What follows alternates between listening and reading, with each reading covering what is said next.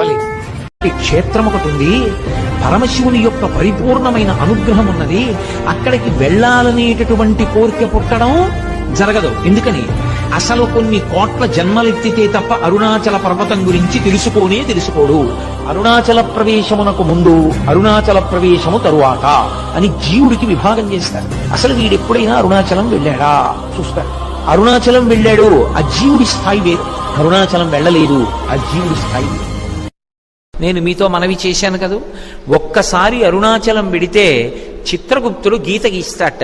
ఈ జీవుడు అరుణాచలం వెళ్ళాడు కాబట్టి తరువాత అని గీత గీస్తాడు. అంటే అరుణాచలం పట్టణంలోకి ప్రవేశించినంత మాత్రం చేత అంత గొప్ప అనుగ్రహంగా ఈశ్వరుడు భావన చేస్తాడు.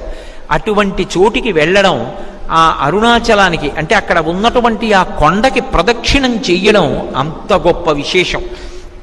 ఇప్పటికీ అప్పుడప్పుడు మేము అరుణాచలం యాత్రకు వెడుతూ ఉంటాం. వెళ్ళినప్పుడు కాకినాడ నుంచి పెద్ద సమూహాలుగా సత్సంగం అందరం